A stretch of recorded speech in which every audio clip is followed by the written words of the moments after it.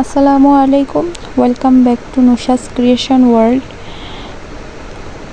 বর্তমান পরিস্থিতি সম্পর্কে আজকের আমার এই ভিডিও।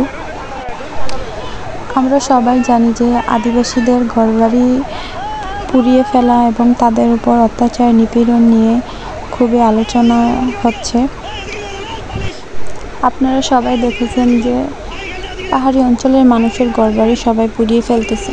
এগুলো দেখে আমাদের মতো সাধারণ মানুষদের অনেক খারাপ লাগছে, কিন্তু এই পাহাড়িদের সম্পর্কে বিস্তারিত জানলে আপনারাও আমার সাথে শকড হবেন। আসুন আপনাদেরকে বিস্তারিত বলি।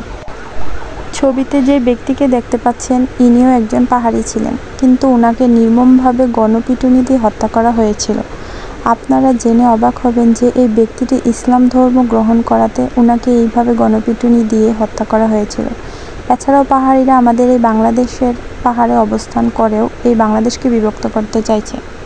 এছাড়াও সাধারণ মানুষের সাথে দাঙ্গা সৃষ্টি করতে তারা অতুলনীয়। এই ভিডিওগুলো ভালো করে লক্ষ্য করলেই আপনারা দেখতে পারবেন কীভাবে রাঙামাটির এই সাধারণ ছাত্রকে রক্তাক্ত করেছে এই পাহাড়ি জনগোষ্ঠীরা। এই ভিডিওটি দেখার পর আপনারা বুঝতে পেরেছেন বিষয়টি। আশা করি পাহাড়িরা কীভাবে অস্ত্র লাঠি নিয়ে দাঙ্গা সৃষ্টি করতে যাচ্ছে।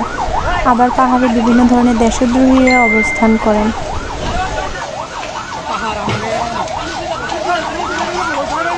এটা হলো লাল মাছ তোর রাস্তার মুখে যাও তো না।